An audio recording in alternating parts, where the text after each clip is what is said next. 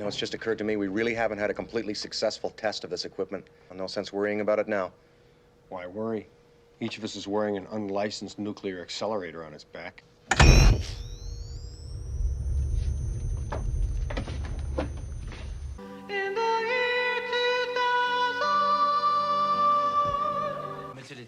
I'm Dr. Rudolph. That mass on your head is a tumor. One of Hollywood's most successful filmmakers has died.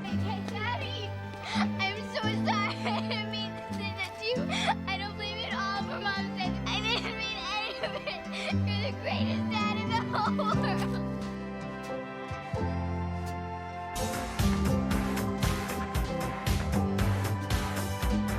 Hey, Mom, did you go to Blockbuster and get that movie I asked for? Oh, you bet, baby.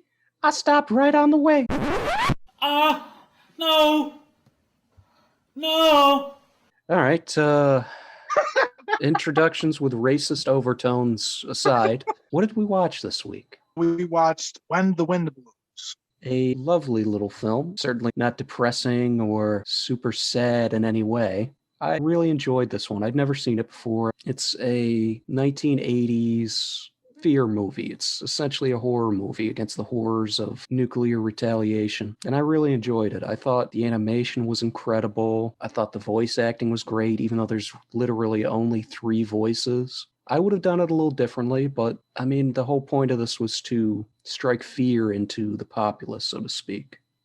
What do you think about it? I think it's interesting. I'll be honest, I didn't not like it. I didn't really like it, but it's trying something. I think for a lot of people who are into this type of, like you said, serious kind of fears of war, it could work for them. For me, the first half an hour I struggled with, I'll be honest, because there's just not really anything happening. You're getting to know the husband and wife, and they're obviously going through the pamphlet, but I don't know. I just feel like maybe this could have been better off as maybe a 45-minute short. Yeah, I can understand that, because I was going to bring up one of the big weaknesses I found is they don't really change the entire movie. It's just, oh, don't worry, emergency services will get to us as soon as they can. The milkmen will be around, and it just keeps going on and on. What I said I would have done differently is their hope in salvation would sort of erode, and they would maybe not fight with each other, but sort of the entire movie, it wouldn't be so, all right, everything will be fine. It's logical.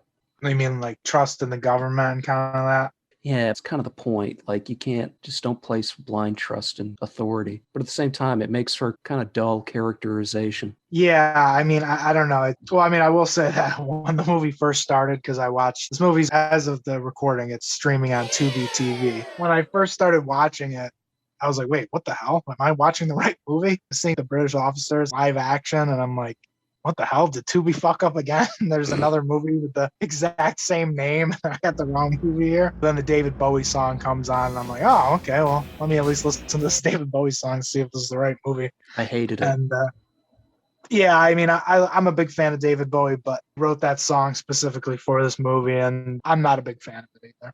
I wouldn't say I hated it. I liked how it started. It was like a really heavy guitar riff, and then all of a sudden it goes straight to 80s David Bowie bullshit.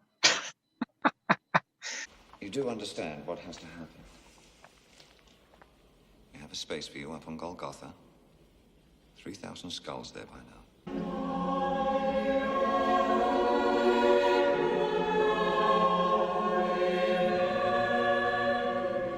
Rest in peace, David Bowie.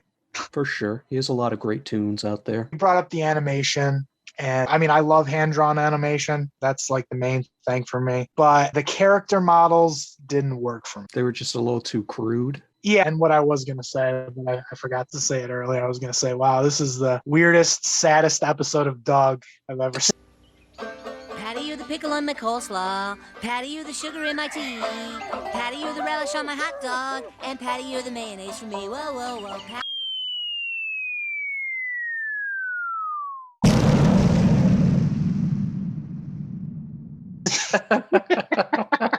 As I was watching this movie, there was so many times where I was just like, the beady eyes of the characters, his big old bald head. Right? I could not stop thinking about Doug. So you didn't really dig the characters. I really enjoyed that it was bright and colorful amidst this apocalyptic backdrop. Not only that, they utilize a lot of different techniques. There was claymation, there was an actual set, and they just do whatever Roger Rabbit magic they did to put the characters on there. I really enjoyed that. It gave it a little bit more life, I think. You had to do stuff like that because they're just in that house. Keep things interesting visually, at least. There's definitely a moment later on that we'll get into in spoilers where they really do a lot of cool stuff with the animation. There's a lot kind of thrown at the screen, which did look really nice. There were a couple moments like when she's blowing into the dandelion. Clearly, you should have dropped your acid 20 minutes before that. I haven't seen a lot of these 80s, late 70s English animations, but Watership Down, the exact same things happen. It's just like out of nowhere, it'll be, oh, okay, I should have dropped acid before I watched this. I should have ate a whole bag of shrooms. Speaking of which, do you know who wrote all the other music besides the opening title? Roger Waters? Of Pink Floyd fame, yes. And I believe he wrote The Wall. It reminded me a little bit about that, the movie, I mean. I did like the ending song, and I'm a big Pink Floyd fan. That was nice. I mean, the music is good. As I was watching the movie, I didn't pay attention to it as much, but that really did stick out at the end of the movie. Apparently, they wanted David Bowie to do all the music for the movie, but he couldn't because he was finishing up his album. So I guess that's why Roger Waters did the music. And let me just say, I'm incredibly happy about that fact. Can you just imagine a full hour and 20 minutes of the 80s Bowie bullshit? I mean, I don't know. I think he probably would have, tonally with the movie, I think he would have done some different things. It would have at least better than that first song, because I hated that first song. It's like when you say that, I'm like, what are you expecting? Like him to do Under Pressure for an hour and 20 minutes? I mean, that could work. Tonally, I mean. Yeah, a little bit. Yeah, I guess that is kind of true. Was there anything watching this movie now, currently, where we're at in the world that stuck out to you? This reminded me of, do you remember during our Come and See review, I mentioned how when the Iraq War was popping off, I was all excited and stuff. These two really reminded me of that. It was nice in the war, really. The shelters, the blackout. Cups of tea. Even though they had been in London or wherever during World War II and they were being shelled and going to shelters and stuff, they're really just like, oh, it'll be fine. He almost seems kind of excited with the preparation. He's had a vision of fucking Bernard Montgomery, for Christ's sake. The ghost general in the beginning that appeared. He was famous for finally defeating Erwin Rommel's North Africa Corps. Oh, okay. There was a couple moments in the movie where I was like, oh, wow, this is kind of crazy. Even in 2021, there's a couple lines in this movie that stick out to today. Like when he goes to the store to try to get bread because they want to get supplies to prepare for this. And he says, oh, they were all sold out. Everyone's panic purchasing. That stuck out to me. And also there were moments when he was prepping for everything that really reminded me, because I mean, both you and me went through this, was Y2K. I remember myself getting old Pepsi 2 liters and filling them with water and hiding them under my bed. Other than that, I'm way too young to really have any clear sense of what's happening, you know? I remember it very vividly because one of my dad's friends was constantly telling him, yeah, you got to prepare, you got to prepare. So we had our cellar filled with cans. We had loads of water, giant glass bottles filled. I mean, my dad, he was worried about it. As a kid, it was something like I didn't fully understand. You knew he was making a big deal about it, so you should. He was preparing for everything. And watching this movie, it made me think back on that time. One of the lines that really stuck out for me was she was describing how during World War II, Roosevelt was nice too. There was 3 of them. Churchill, Roosevelt, and Stalin, below Hitler, Goering, and Russo and all that lot on the other side. Stalin. Yes, he was a nice chap. I liked him. Like an uncle he was. I liked his moustache and his pipe.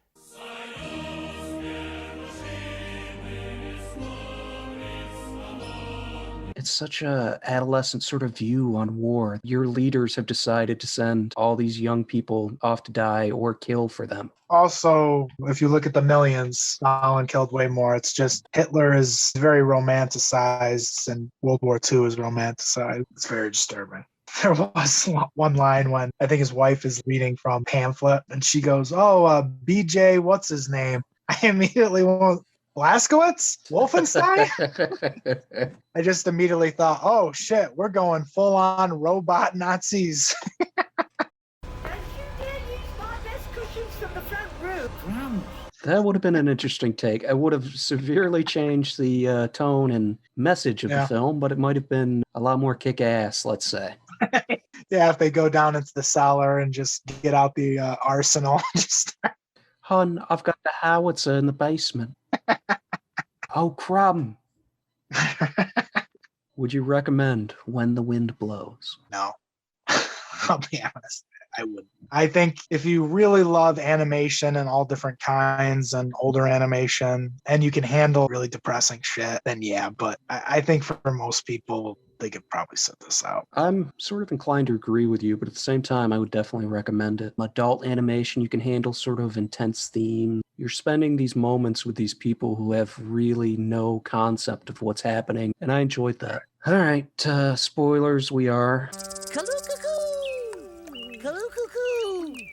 Kaloo-coo-coo! Fuck you!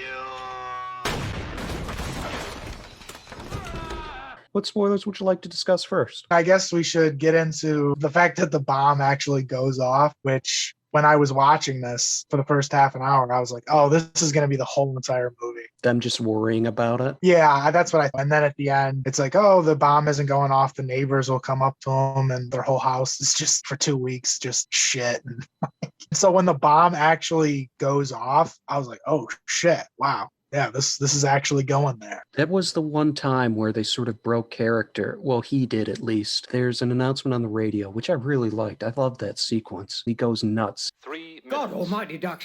There's only 3 minutes to go. Oh dear, I'll just get the washing. Come back, you stupid bitch, and get in the shelter. How dare you talk to me like that, James? Shut up and get in. I wanted more of that.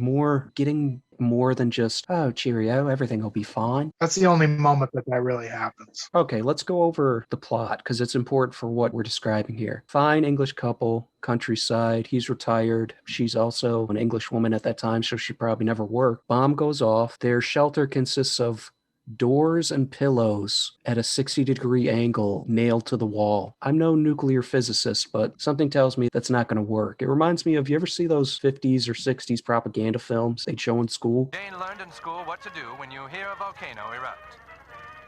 That's right, Jane. Duck and cover. Well, I mean, my dad went through all that. He even talked to me about it, where he's like, yeah, when I was in school, they're like, oh, yeah, if the bomb goes off, just hide under your desk and you'll be fine. Duck and cover under your desk and you'll be fine. Yeah, good call, guys. It's just to make people feel safe right before they die. Yeah. Yeah, just to sow content. Okay, so the bomb goes off. They're both not understanding how drastic a situation they find themselves in. Their entire house somehow stays erect. All the windows are broken, glass, trash everywhere. She's pissed off because she's going to have to clean up. Lo and behold, the rest of the movie is them slowly succumbing to radiation sickness. It's really sad, especially when we, as the audience, obviously know what's happening. Oh, yeah. As soon as the second day after the bomb, they both complain of headaches. So essentially, there is no plot now. It's just, we know what's happening, and they're just blissfully unaware of their impending doom. I liked that. They're starting to forget things, too. He keeps saying either Jerry's or Germans are attacking them. Also, when he goes, oh, shit, we were supposed to stay in that little shelter. They were out for like an entire day, I think. And they were laying in their living room. The saddest scene for me really is when they go outside and they put those lawn chairs out and they're laying and it's like, oh, and then it rains and I'm like, oh, God, they're going to drink the water from the fucking sky, the acid rain mixed with fucking radiation. We'll just boil it. It'll be fine. So once you get to that point in the movie, you're just like, I know exactly how this is going to go now. You're just watching people slowly die, and it's very fucking depressing. It was at this time when there were so many atom bomb horror movies. There's quite a few cartoons. There was that TV special that I was too young to know anything about. Day After, I think. It was a scary time, man. It was the height of the Cold War. Right. I mean, the Cold War didn't end until 89. And there was also a lot of genre movies that were exploring this type of theme, even like the Mad Max movie. It's not directly addressing it, but it is there. The fact that there's all these apocalyptic movies like A Boy and His Dog, that fear was definitely around for a lot of decades. It was right to be there, man. There was a phrase that they used in this film that was used basically from the 40s onwards. MAD, mutually assured destruction. implied that neither the United States nor the Soviet Union could risk a first strike because the retaliation would destroy the initial aggressor. It's a scary thing, and it's something that I haven't really thought about. We were born after Berlin Wall came down. Yeah, it's never really been a part of our lives. Yeah, even in these past few years when hysterical people were like, oh yeah, the fingers on the nukes, I never felt that that was ever real. That wasn't a possibility. It was never real to me. People are just overly hysterical. But after seeing something like this, while I can't entirely know what everyone felt, it's very sobering. Yeah, it had to have been a really scary time. It's just weird because even before watching this, I was thinking about watching Doctor Strangelove, and then there's a movie called Failsafe, which came out the same year with Henry Fonda, which is basically Doctor Strangelove, not a comedy. And it's just weird at this time to be thinking about these types of movies, like three of these movies. You got the satire of it, you got the serious version of it, you got the animated version of it. I don't know. It's just weird that that happened all at the same time. What would you change about this movie?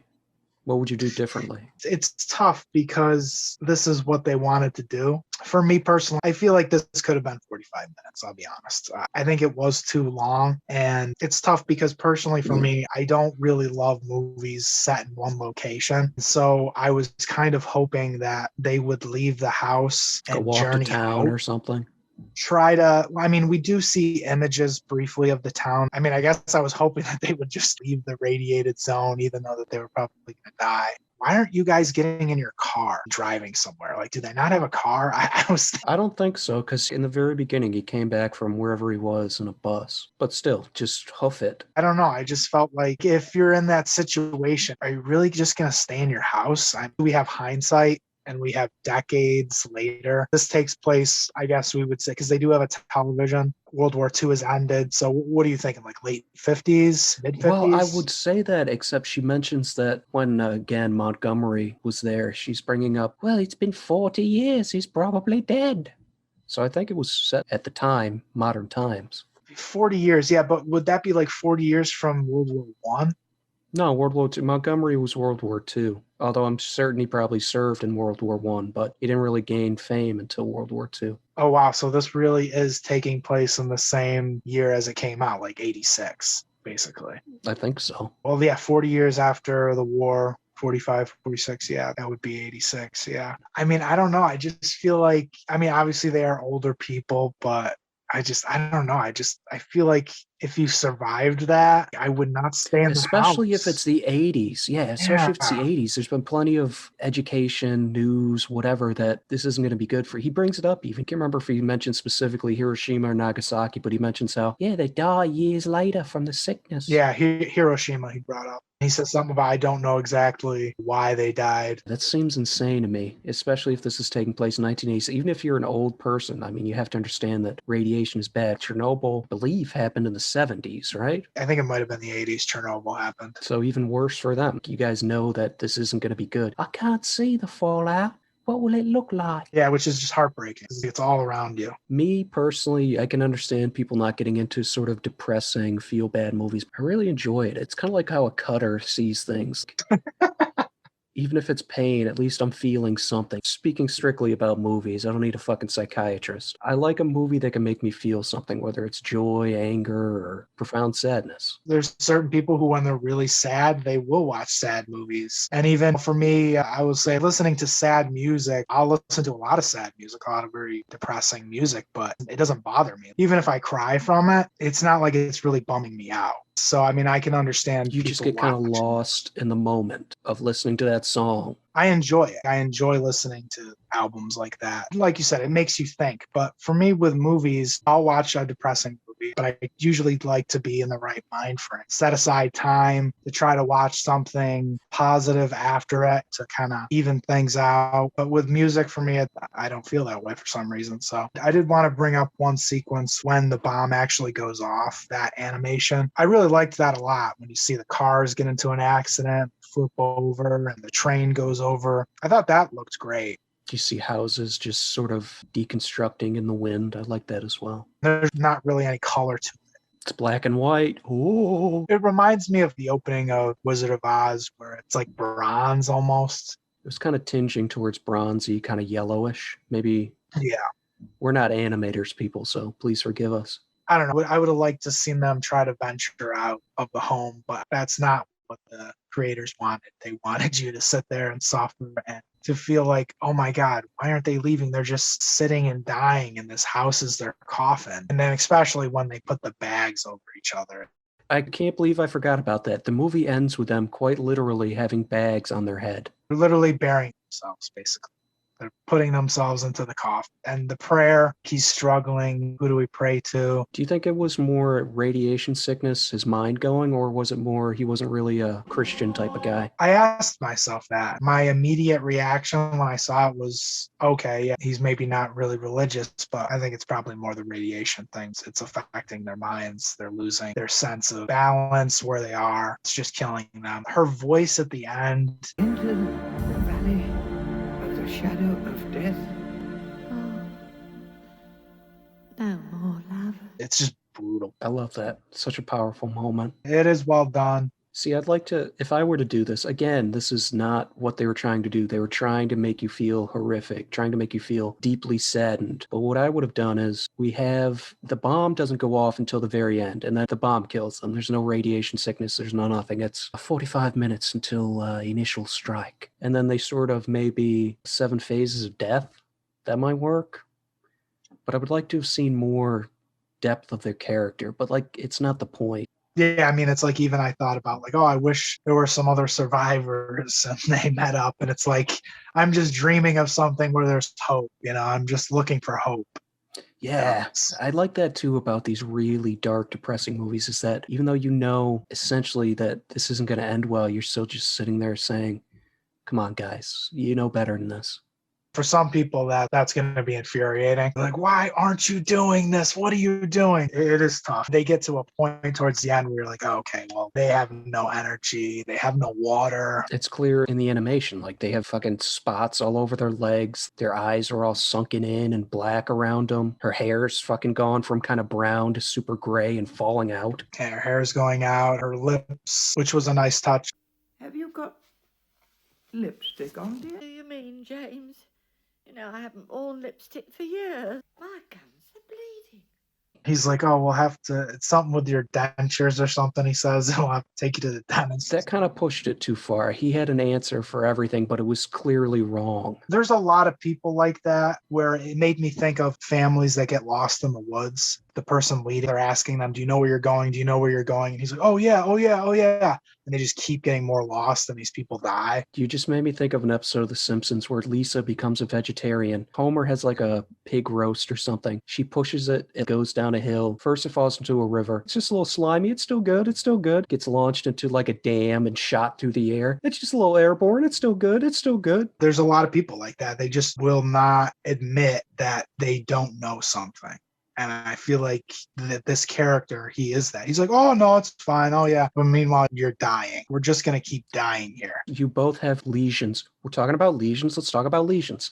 And perhaps it's varicose veins. Dude, I can see it's not varicose veins. I can see it's fucking lesions on her fucking legs and on your arms. He brings up multiple times, see, look at my arms. I have them and I'm a man. He says that earlier to her about something. I can't remember. He mentions how women can't go bald. It's scientific fact. It's just sad because there's a lot of situations like that. Yeah, but I mean, there's also certain situations where people have gotten lost, and if they just stayed in that one location, they would have been found by somebody, but venturing out caused them to die. So it's a tricky thing. You don't know until you're really in that situation what you're going to do. You don't know, but in this situation, the sky is dark and gray. All vegetation is vaporized. Your fucking house, all the windows are blown out. It doesn't take Einstein to figure out what the fuck's going on. There are a lot of stupid people. When the hurricanes came and Katrina and the people who were just like, yeah, I'm not leaving my home. They either ended up dead or sitting on the roof waiting for a boat to come and get them. Can't deny that there are people who do this and would do this. For someone like me, I'm just like, there's just no way. If you survive a blast like that, they probably still would have died. This was a real situation. They probably would have died in a few years if they had made it out of the zone. Instead of just sitting and stewing in it for How long did this take? It was like 4 or 5 days, maybe. They fall asleep on the couch one time, then they're back in the little shelter another time, then they're walking around the garden. He says they're supposed to be in that little shelter for 2 weeks, but then he says, oh, I think I read it wrong and it says 48 hours or something, right? Yeah, he did say that. Again, I'm no nuclear physicist, but I would imagine fallout from something like that lasting years. Chernobyl. I used to watch that lame fishing show on Animal Planet. It had like either an Australian or an English guy. He went to fish there. You could only be there, I'm probably wrong. Yes! But 3 or 4 hours a day, and you had to leave within that time. There's actually a really disturbing Hollywood story where I can't remember the place of where we tested the atom bomb, but John Wayne filmed a movie there. It was called like Cole the Conqueror or something like that. I can't remember the exact name. I've seen it. Everyone in that production died or got cancer. Even John Wayne died. I can't even imagine that at that time someone could film there or that they would. It was the mid-50s, I think, or something. Despite the material, were there any lines that made you laugh? Oh, who was BJ then? Oh, yeah. I'm not really recalling other lines that I thought were... There was one that actually made me laugh. It was right after the bomb goes off. It's like the next day. He's reading the little pamphlet. At intervals, stimulate group activities. Don't you dare start stimulating, James. I'm not in the mood. When I saw the naked fairy, I was like, oh, I guess anything goes. Especially when she was getting undressed underneath that tent thing. I'm like, oh, God, are we really going here? Are we turning this into Fritz the cat?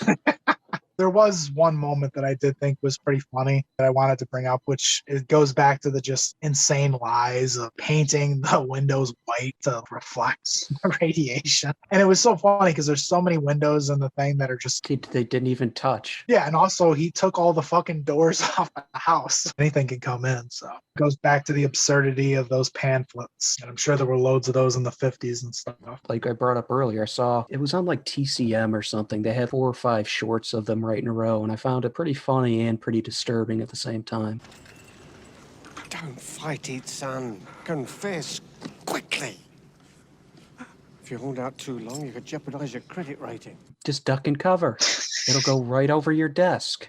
The atom bomb won't be able to touch you under your desk. You'll be safe. It's just so crazy. It really is. Another somber episode. Do you have any other thoughts you'd like to bring up? I hope everybody's okay. Hope you're doing okay out there, people. I was about to say, I'm so thankful them Ruskies are our friends again. Oh, wait. I guess that'll wrap her up.